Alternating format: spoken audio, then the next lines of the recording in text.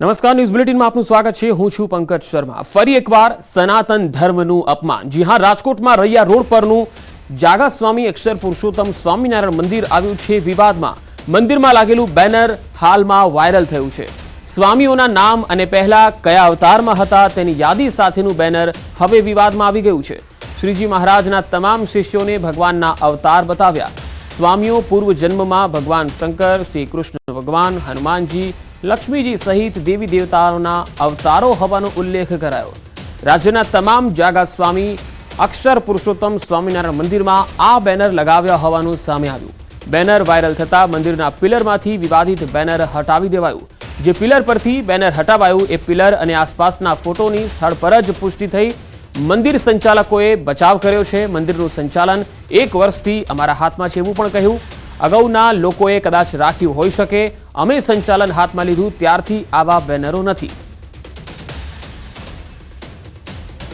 આપે જે મને ફોટો બતાવ્યો કે હું આ મંદિરમાં નવો છું, મેં આવ્યા પછી આ ફોટો જોયો નથી।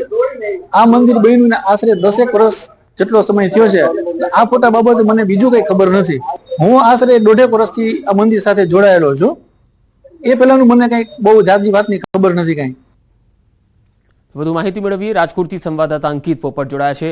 અંકિત, રાજકોટમાં જે મંદિરમાં બેનરોનો જે વિવાદ હતો, હવે મંદિરના જે સંતો છે એમની સાથે કોઈ વાતચીત થઈ શકી છે? કારણ કે સ્વામિનારાયણ સંપ્રદાયના જે સંતો છે એ આવા કારણે ખૂબ જ વિવાદમાં આવી રહ્યા છે।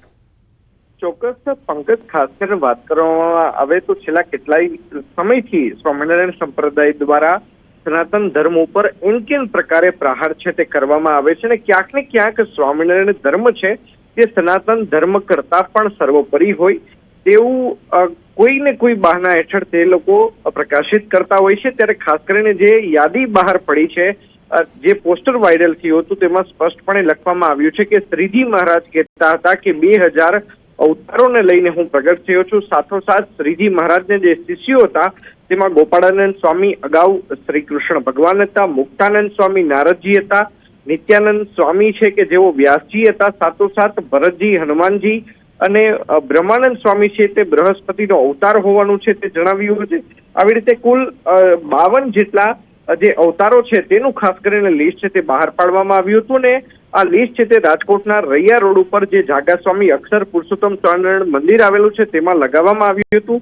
જ્યારે ન્યૂઝ 18 ગુજરાતીની ટીમ આજે મંદિર ખાતે પહોંચી ત્યારે સૌપ્રથમ મંદિર છે તે બંધ રાખવામાં આવ્યું હતું ને ત્યારબાદ મીડિયાને પ્રવેશ જ્યારે આપવામાં આવ્યો ત્યારે જે પિલર જે દેખાઈ આવ્યો હતો, આ પિલર પાસેથી આ જે લિસ્ટ છે તે ખાસ કરીને જે પ્રતિકૃતિ છે તેને હટાવી લેવામાં આવી હતી ને ત્યારબાદ જે હરિભક્તો છે તેમના દ્વારા નિવેદન આપવામાં આવ્યું હતું કે અમારા દ્વારા છેલ્લા 1 વર્ષથી સંચાલન કરવામાં આવી રહ્યું છે।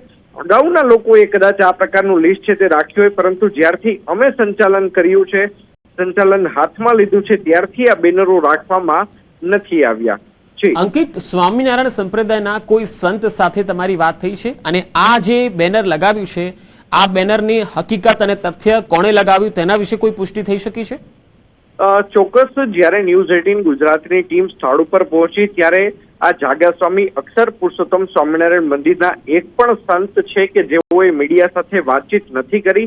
માત્ર ને માત્ર હરિભક્તોએ વાત કરી છે કે જે હરિભક્તો ત્યાં સંચાલન કરતા હોય, એક પણ સ્વામી બહાર આવીને આ બાબતે આખ્યો હોય તેવી પણ વાત સામે નથી આવી।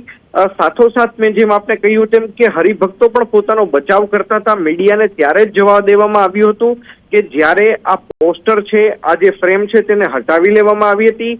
જે ફ્રેમ છે તેની અંદર સ્પષ્ટપણે લખવામાં આવ્યું છે કે જે દેવી દેવતાઓ છે, ખાસ કરીને વાત કરવામાં આવે તો રામચંદ્રજી છે કે જેઓ શ્રીજી મહારાજના રામ પ્રતાપભાઈ કરીને શિષ્ય હતા, તેઓ રામચંદ્રજી અગાઉ રામચંદ્રજી તરીકે હતા।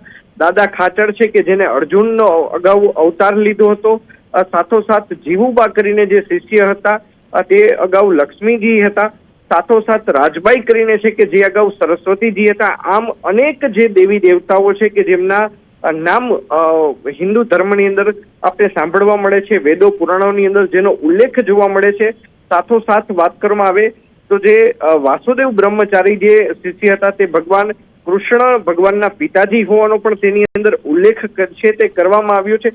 સાથોસાથ અનેક જે દેવી દેવતાઓ છે તેની અંદર વાત કરવામાં આવે તો જે દેવકીજી છે, ગરુડજી છે, સીતાજી છે, રૂક્ષ્મણીજી છે, અનેકના ભગવાન વિષ્ણુ છે તો તેમને અદ્ભુતાનંદ સ્વામી કરીને શિષ્ય હતા, તેમનું પણ નામ છે તે પ્રકાશિત કરવામાં આવ્યું હતું.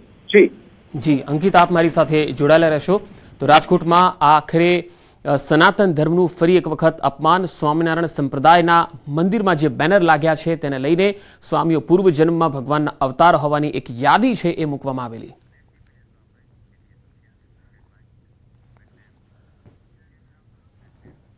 ગુજરાત એટીએસ દ્વારા ગેરકાયદેસર હથિયાર પકડવાનો જે મામલો હતો, એટીએસે પકડેલા 16 આરોપીઓને ગ્રામ્ય કોર્ટ સમક્ષ રજૂ કરાયા.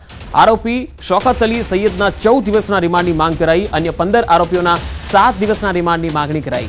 એટીએસે ફરિયાદ સુપર સિક્રેટ રાખી છે. આરોપી શૌકત અલીએ એજન્ટનો સંપર્ક કરાવ્યો હતો. નાગાલેન્ડથી ઓલ ઇન્ડિયા લાયસન્સ મળે છે.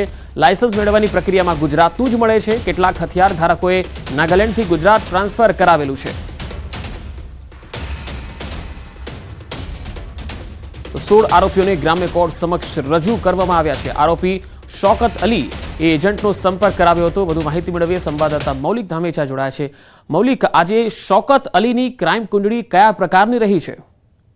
પંકજ, જે 16 વધુ આરોપીઓ ગુજરાત એટીએસ દ્વારા હથિયારના કેસમાં કબજે કરવામાં આવ્યા હતા અને આરોપીઓ જે છે તેમની ધરપકડ કરવામાં આવી હતી. આ 16 આરોપીઓને અત્યારે હાલ કોર્ટ સમક્ષ રજૂ કરવામાં આવ્યા છે. તેમાં મુખ્યત્વે હથિયાર વેચનાર એવા શૌકત અલી જે છે, જેની હરિયાણામાં હથિયારની શોપ આવેલી છે, તેમના 14 દિવસના રિમાન્ડની માંગણી કરવામાં આવી છે. જ્યારે અન્ય હથિયાર ધારકો જે 15 આરોપીઓ હતા તેમના 7 દિવસના રિમાન્ડની માંગણી કરવામાં આવી છે.